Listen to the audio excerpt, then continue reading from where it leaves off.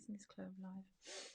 Good morning and welcome to our 10 minutes at just after 10 today. So today we're going to talk to you a little more about staff costs and allowable expenses this week. So we're talking about staff costs, we're talking about employee expenses, healthcare, clothing, that kind of thing. And there are some things that are allowed and some things that are not allowed depending on particular circumstances. Now, rule number one with any expense is that it must be wholly, exclusively, and necessary for the purpose of business trade. So, really key bit of information to remember because it applies for virtually every single expense we incur.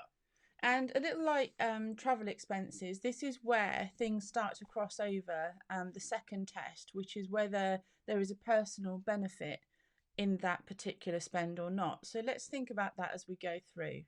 So what typically can we expense? Well, we can expense payroll costs, pensions, wages, national insurance, tax, and all the really obvious stuff of employing a member of staff and onboarding them and bringing them into the business. So all of that is really, really obvious. You can pay into a personal pension if you consult with a pension company to make sure that there's an ability for you to do so. So you can't pay your employee or for them to pay into their pension. You have to pay directly into the pension as provided by the pension provider. So you'd talk to their pension company and you'd arrange a payment into their pension account.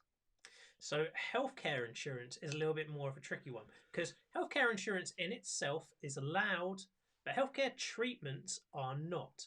So, by which we mean if you claim for treatment on the healthcare insurance, that's fine.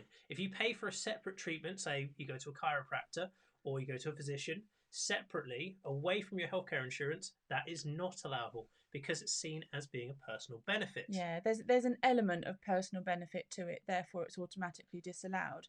So even if you hurt your back bending over to treat a patient or picking a box up in the storage cupboard or anything like that, it doesn't matter if that injury or ailment happened at work unless it causes a long-term injury. So if it's a short-term injury, an irritation, an annoyance, it's put you out a little bit and you need to see a chiropractor, those aren't allowed unless it goes under your insurance policy that's paid for by the business. Then you wouldn't actually be paying for those extra costs. The chiropractor would be paid through your healthcare insurance policy. Now, the only exception to that is if you are long-term sick, so we mean by more than 28 days, and a medical professional recommends a course of treatment to allow you to come back into work. Under that circumstance, and so long as you've got the medical reference, then you are allowed to expense about £500 worth of spends, but only if it comes on medical recommendation to get you back into work after 28 days off. Speaking of getting back into work and insurances, if you have key man insurance, this is allowable coverage, as it's in the business's interest to find a suitable replacement for you to be able to carry out the business trade. So key man insurance is absolutely fine, allowable. Personal coverage, such as your income protection, your mortgage protection, illness, etc., things like that are personal policies and they are not allowable because it's basically for a personal benefit. Unless it's, of course, available to all employees. And I mean, every single one. Yeah, that's usually if it's delivered alongside a group pension and there are inherent benefits in the pension plan. So that one's a tricky one and you'd need to get an accountant's advice based on the clauses on that particular policy. So the simple logic on insurance is if the business is the beneficiary, it's an allowable business expense. So that's where key man insurance comes in. And if the individual, the director or the employee is the beneficiary, then you have to look at it more closely. If it's the directors, it's almost 9 times out of 10 not going to be allowed because you are the beneficiary. The business could still pay for it, but you'd have to pay for tax on it as a benefit in kind. So you could do it that way, but it's not a tax deductible, allowable expense. How about glasses then? So this is a bit of an interesting one. Yeah, this one depends. Often, glasses are one of those complicated ones. So generally, they're not allowed But an annual eye test most definitely is, especially if you're working with things such as Yeah, yeah. computers, because obviously it's a requirement. Yeah, computers, driving, things like that, where you're reliant on your eyesight to do your job, then the test is allowed.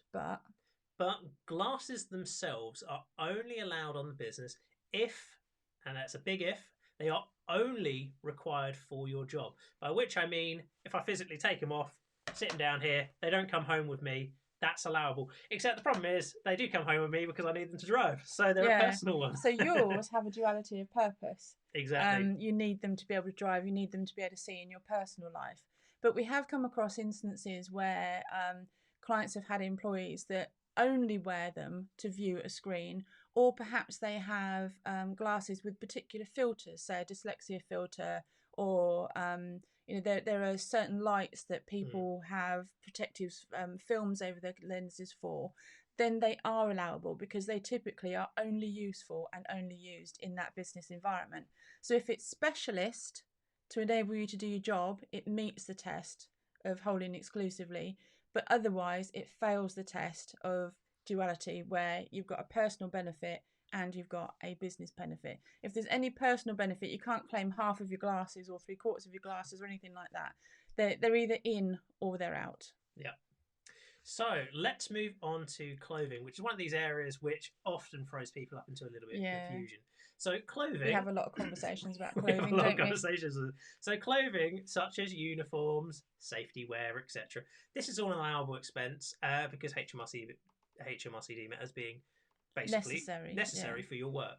So you can have things such as branded clothes. You can have hard hats. You can have safety boots, aprons, tunics, high vis jackets, etc. The list does go on, and there are a few sort of grey areas within this. So, like if you're a waiter or a waitress and you have a dinner jacket, which you habitually wear to work, is required by the uniform. There may be some scope in that to make it allowable. Yeah, if it's part of the uniform to wear a dinner jacket as part of that job, then it's generally going to be allowed. If it's your choice to wear that as a waiter rather than being a requirement Mm, to do the job, then it starts to get into the grey areas where it's probably not allowed.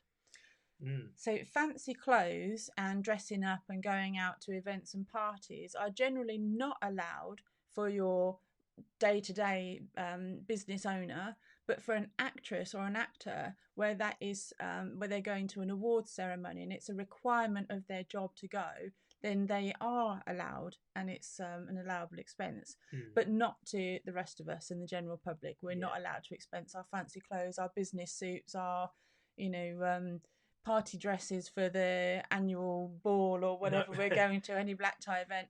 Just not No. allowed for us because it fails the duality of purpose test, which means that we can use these personally rather than only Yeah. professionally. Even if you buy it specifically for an event, that doesn't mean the same thing. You still can't do it generally unless it's very, very specific in that industry, and that's usually TV and Mm. film. Thing is, like in a corporate environment, you may be required to wear like a suit or or a white shirt or something like Mm. that. But if you went out on the streets in that, it's not recognisable as a uniform, so they don't know you're Yes, associated with yeah. that company. It could just be you're going out somewhere looking smart. So that's one thing to factor into this. So suits, one of those things where people want to, but actually they're deemed as personal choice Yeah, and and personal that sort of preference. takes us quite nicely into uniforms. So uniforms, like police uniforms, nurses uniforms, are very, very specific. So you recognise the Mm-hmm. vocation and the trade of that person wearing them, and they are an allowable business expense. If you're working in a bank or a large corporate or something like that, and they just want you to wear the same standard uniform, even if you bought it from a corporate catalogue, that's not allowable unless that uniform is branded. So when we say uniform, we're talking about shirts, skirts, trousers, maybe. It's usually shirts, hoodies, tops, polo tops, that kind of thing.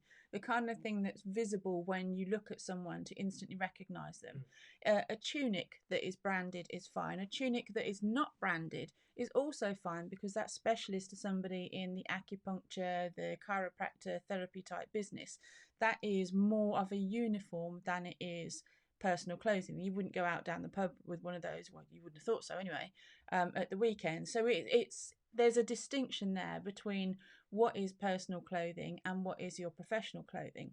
But say you're, ordinary business owner in the street like you and I, if you want to take a shirt like this one, you buy it from Marks and Spencer's or Primark or Harrods or, whatever your choice of shop is. If you brand it and it's a permanent branding, you're allowed to charge that to your business. I'll touch this side, which is it's all mirrored, can't see which side I am. So if it's branded and it's a permanent branding, that's fine.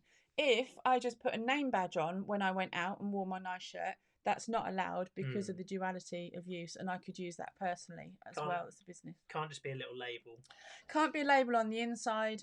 It needs to be fairly prominent, fairly obvious, and most people who do claim clothing, branded clothing through their business, it will be things like hoodies and polo shirts and the things that allow you to look consistent and professional and clean and tidy to your customer.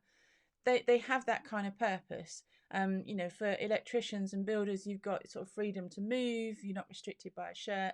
So you wear clothes that are suitable for your profession. Yep. And if they're branded, they're fine. If you put a little label on the side, not so much. If it's on the inside, definitely not. It has to be prominent so it's visible.